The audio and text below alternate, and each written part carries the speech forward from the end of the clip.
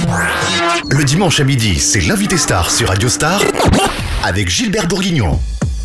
Bonjour et bienvenue sur Radio Star. L'invité star de ce dimanche, j'ai le plaisir d'accueillir l'acteur comédien, c'est Stéphane Hénon. Bonjour Stéphane. Bonjour Gilbert. On vous connaît dans Plus belle la vie avec le rôle de Bauer, mais Stéphane Hénon, passionné marseillais, c'est pas simplement que ça, l'actualité est chargée. Vous rentrez du Festival de Cannes, qu'est-ce que vous êtes allé faire à Cannes ? En fait, j'ai été président d'un jury qui s'appelle l'Écran Junior. En fait, on remettait un prix pour un film, on avait 8 films à voir, et on a remis le prix à un film qui était fantastique, qui s'appelle Le Monde selon Nathan. Le Monde selon Nathan, ça sort mercredi prochain, je crois, le 10.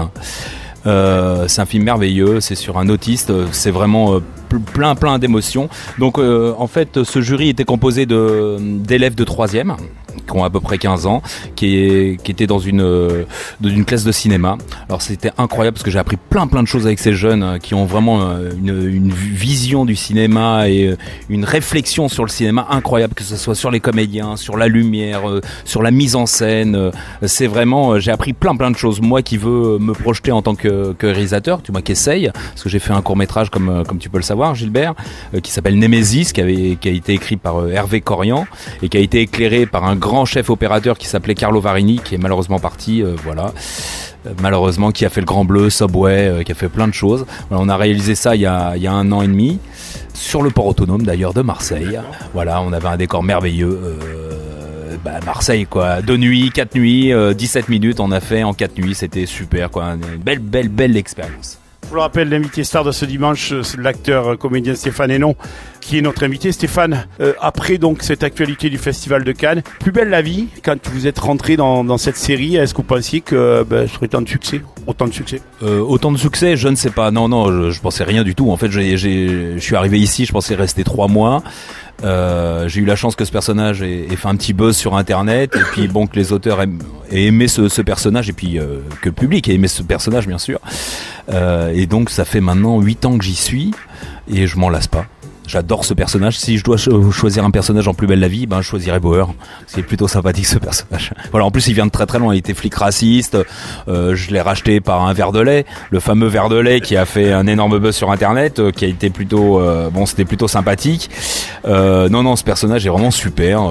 Je peux passer par plein d'émotions différentes. Pour un comédien, c'est super de pouvoir continuer comme ça sur plusieurs années avec un personnage. On le fait vivre, on grandit avec, on vieillit malheureusement avec.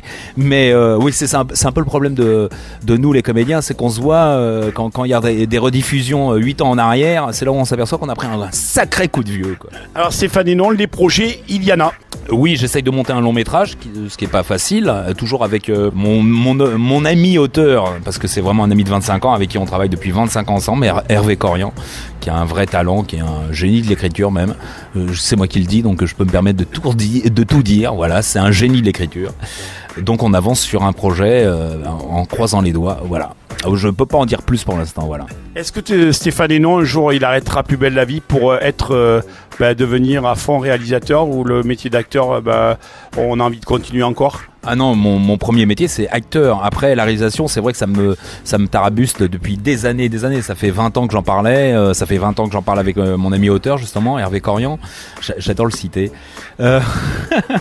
Mais jamais je lâcherai mon côté acteur, parce que c'est ce que j'aime et c'est ce que je suis avant tout. Un acteur, l'un peut aller avec l'autre sans problème. Il y a plein d'acteurs réalisateurs qui sont même de très bons réalisateurs. Alors après, je me compare pas du tout à eux, du tout. Hein. On peut parler de Clint Eastwood, on peut parler de Canet. Pour parler français, bien sûr, c'est important de citer les comédiens et réalisateurs français. Guillaume Canet.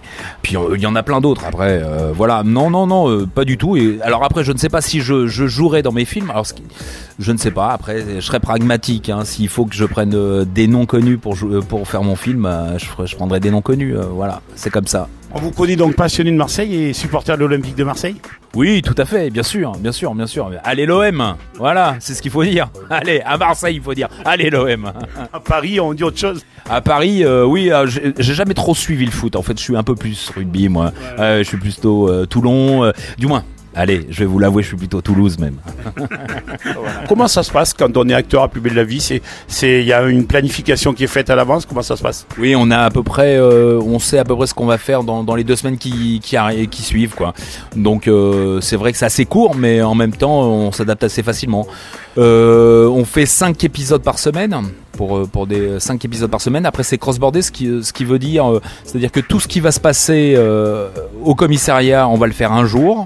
Tout ce qui va se passer au Mistral, on va le faire un autre jour. Voilà, sur 5 épisodes, en fait, toutes les scènes qui sont au commissariat, on va le faire le lundi, et toutes les scènes qui se passent au Mistral, on va le faire le mercredi, par exemple. Voilà. Peut-être quelque chose à dire pour nos auditeurs? Bah, il faut continuer à regarder Plus belle la vie et puis écouter Radio Star. Voilà, c'est ce qui est important.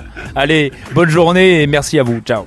Voilà, merci Stéphane Hénon. C'est la fin de notre invité star de ce dimanche. Je vous souhaite un bon week-end, un bon dimanche sous le soleil et je vous retrouve avec plaisir dimanche prochain.